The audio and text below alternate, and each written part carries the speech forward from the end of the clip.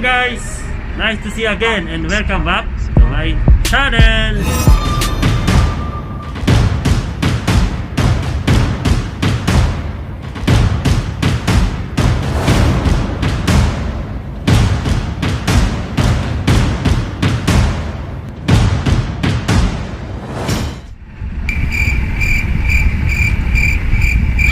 So for today's video guys, I will show you how to power up this Airbus 330. So let's get started.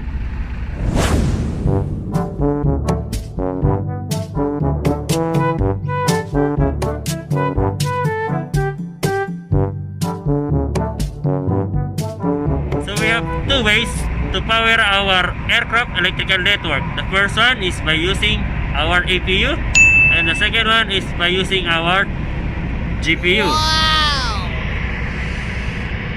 For today's video, we will power this aircraft using the GPU. So the first thing we need to do is to make sure that our aircraft is electrically grounded, and we will connect now the GPU.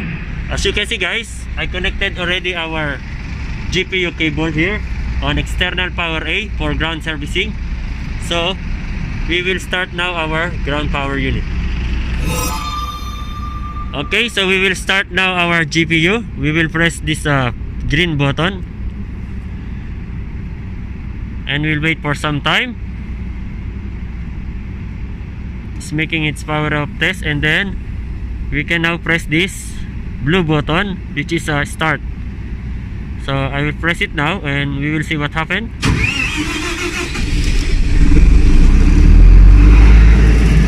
So we have 68 seconds warm-up delay. So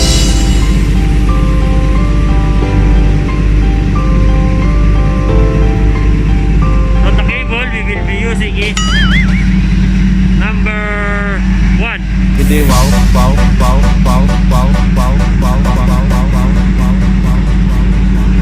And number 1 is this one, the red one.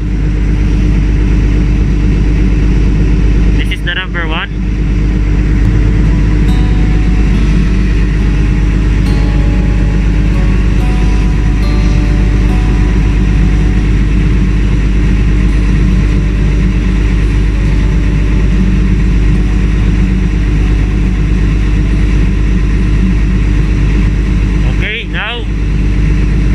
This red button,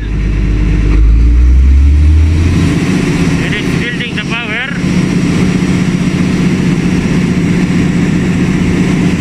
Going to our aircraft electrical network. As you can see here guys,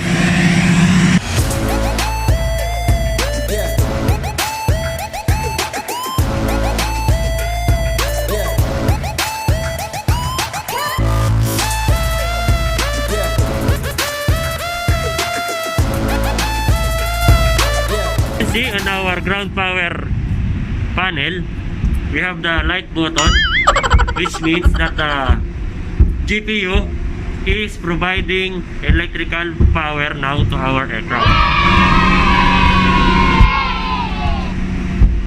So we'll open the aircraft and we'll power it up.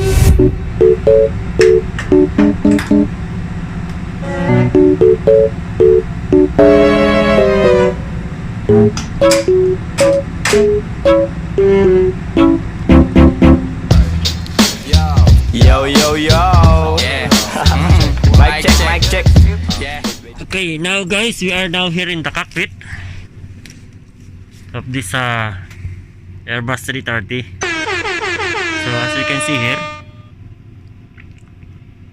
we have now this bay light here on our external A that we will be using. Okay, so we will just press this switch, and then the electrical will power this aircraft. What? The ground power will power this aircraft. Wow. Okay. It's very cold today guys. I think I believe it's around 10 degrees or less, maybe 8. Now it will start this self test for 40 seconds.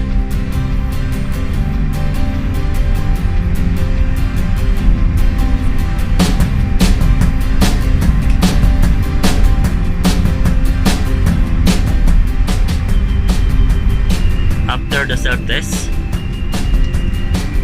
I can now power our galley, and commercial switch should be on because we will do some tasks in the cabin. We need to inspect all the signs and decals. This is one of our tasks for today, visual inspection of signs and decals. So here, as we can see here, I will show you that our ground power is providing electrical power to our aircraft. I will just press electrical AC here.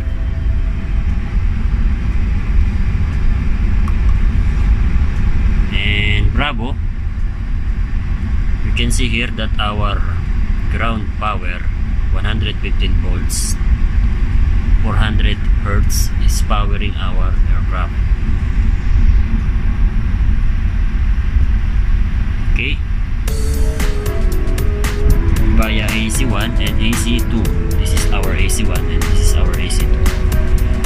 Okay guys, our Airbus 330 is already powered by a ground power unit, and I can now start my task for tonight. And I would like to thank all of you for watching my video for today. See you again next time guys, and bye bye.